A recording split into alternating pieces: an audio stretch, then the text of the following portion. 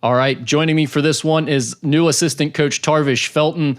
Coach, just looking at your background a little bit before we joined this call, you're from the Southeast. You've spent most of your career out West. Now you make the move here to the Midwest in Cincinnati. What's that been like for you making this move here? Man, it's been a whirlwind. You know how fast things go. It's warp speed. You find out you get the job and you're immediately trying to figure out what your roster is going to look like, and so you really don't have time to kind of sit and process all the other stuff. Like you said, growing up, I grew up in Georgia, about an hour and a half south of Atlanta, a small town called Perry, Georgia. And then, played in college at Southern Utah University. And so spent the majority of my time on the West Coast. But now coming back to east of the Mississippi and being back at a place with rich basketball tradition like Xavier. So you didn't really have a whole lot of time to process where you're going to be. You just got to figure out, how to make the most of it, and excited for the opportunity. And then, like I said, we just dove right into recruiting and trying to put a roster together. So still probably trying to process all of it. I'll let my wife deal with that. She's the one who's got to pick up and move. Yeah, for sure. What made you want to follow Coach Richard Pitino to Xavier? I mean, obviously, I'm sure you had plenty of opportunities to do whatever you would when he made that choice to go from New Mexico to Xavier. Why did you make the jump?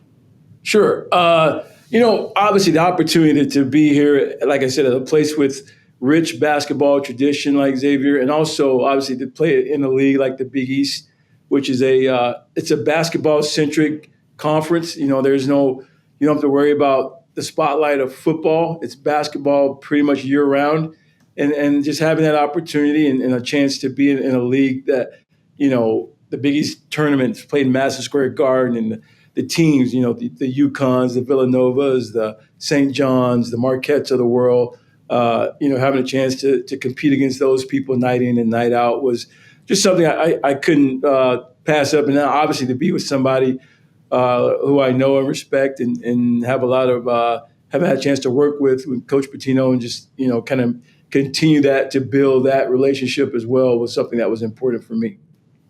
When you look at the staff that you guys have put together here, the thing that jumps out to me immediately is the experience. I mean, you've been coaching for over 20 years. Coach Chu is at 18 years, I believe, just shy of 20 years. Now, you just added Coach Richardson to the group, has been at it for 25 years, I think, or is going into his 25th year now. What's that like to have such an experienced group? Well, I think first of all, there's some comfort, especially for hopefully for the head coach, knowing he has some guys who've been around for a while, and so hopefully we can kind of head some things off before they happen. And hopefully I think you have a better chance to have some staff camaraderie and staff chemistry, because we've all kind of been around long enough, and we know who we are, and we also know who we aren't. And so that kind of gives everybody a chance to kind of learn from each other, build off of each other, and mostly just try to help each other. The biggest thing is to make sure we put the young men in our program in the best situation to give themselves a chance to be successful, to give the program a chance to be successful. And, we look at each other on a daily basis, and we know that the guys you're in the foxhole with, they've gone through some things. And so that's always a comfort or relief to know that. And it's funny to look at a staff, see Dante Jackson, who is now an assistant coach veteran and has great institutional knowledge at Xavier, and look at him as like the young guy on the staff again all of a sudden. It's a really unique situation that you guys have.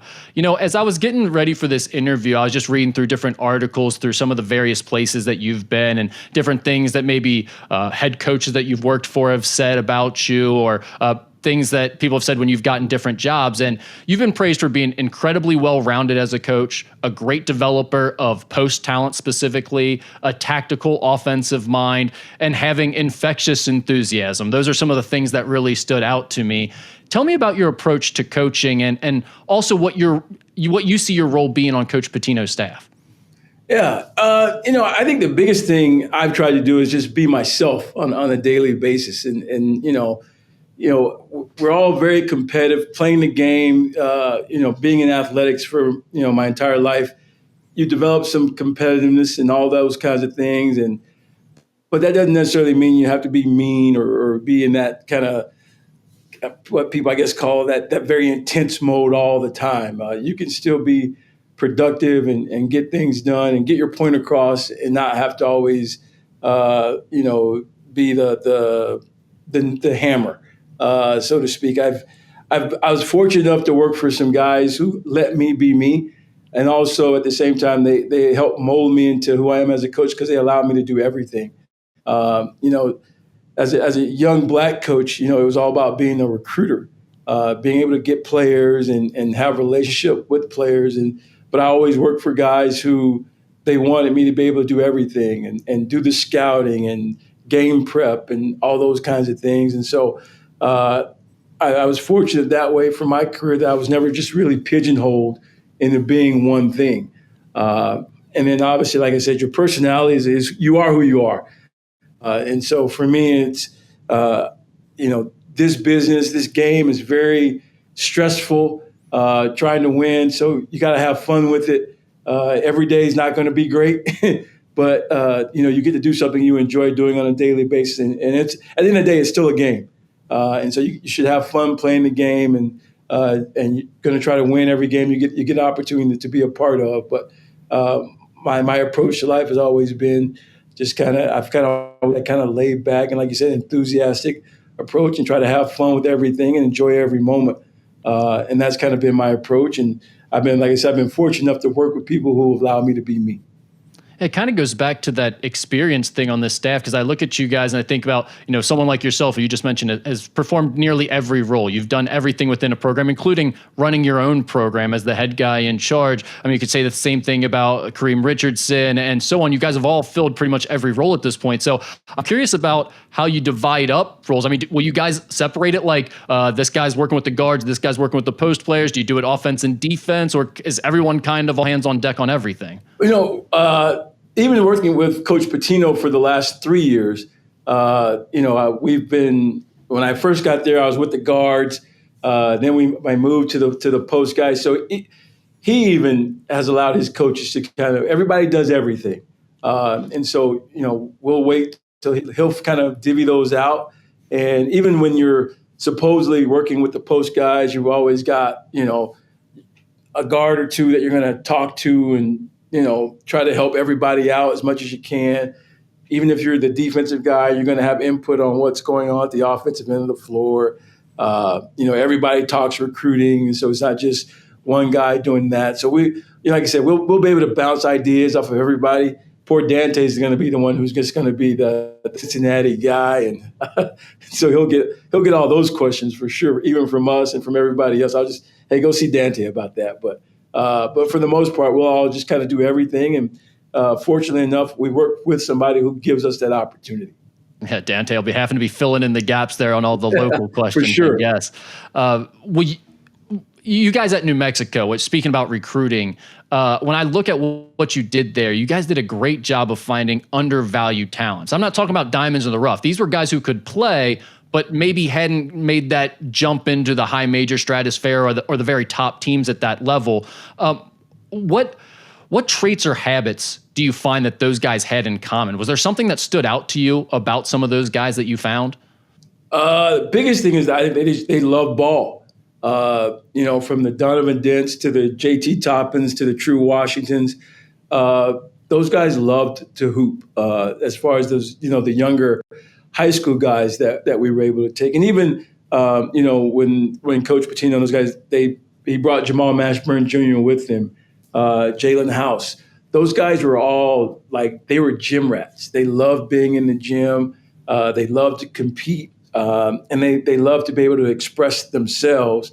And it was a match made in heaven because they played for a guy in Coach Pitino that wanted to give them that opportunity and wasn't going to restrict them, so to speak, and allow them to be themselves. And so, but the biggest thing is that all those kids, they all loved ball, and they wanted to get better, and they had something to prove to some of the people that they may felt like they kind of got under recruited or what have you, that they could play. They could play at a high level. How different is it to recruit to the Big East compared to recruiting to the Mountain West, especially given that you guys were recruiting at such a high level there? I think both those places, and more specific, recruiting to New Mexico and recruiting to Xavier, just basketball jobs. They're passionate fan bases, and the level of basketball in the Mountain West. We're talking about San Diego State that was in the championship game. Boise, Utah State, teams that were perennially in the NCAA tournament as at-large teams. And so the league itself it's a really good basketball league. And I know a lot like the Big East, it's a high-level basketball league, and you've had 4 of the last 9 or 10 national champions have come from the Big East. And so very similar from that standpoint, outside of just the region with which you recruit in. But the passion of the fan bases, the importance of the basketball program to the community, to the university as a whole, and then obviously just kind of like you said, the opportunity to kind of be at a place in the Big East that gives you that opportunity. I think about your contacts specifically, given your coast-to-coast connections that we talked about, and probably a lot of places in between that you've picked up along the way since you've been doing this for so long. Do you pretty much recruit all over at this point, or are there certain regions that you still really like to hit? And then the other part of that is does that still matter the same way it did maybe 5 or 10 years ago, or has NIL and revenue share changed that? Absolutely. When I first started, which I'm not even tell you the date it was because it's so long ago, but when I first started, that was a big thing. Like, where are you located? Like, what's your region? Where can you get players from? And I remember when I first started, it was California, and then I went to Texas. And so to be able to recruit California and then be able to recruit Texas as a young assistant was big. Yeah. Because those were 2 very fertile recruiting grounds. And then obviously, because I did play junior college basketball, I had a junior college background, and being able to kind of to go all over for junior college, Florida, Texas, at the time, California, and everywhere in between the Midwest. That back then it was a big thing. As the thing has kind of progressed, and now we're in this transfer portal area, it's more about relationships everywhere.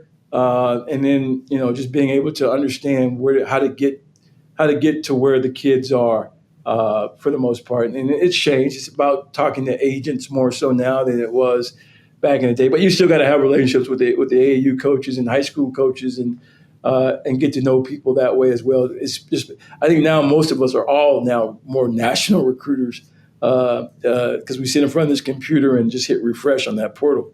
It definitely has changed things in a big way. There's no doubt.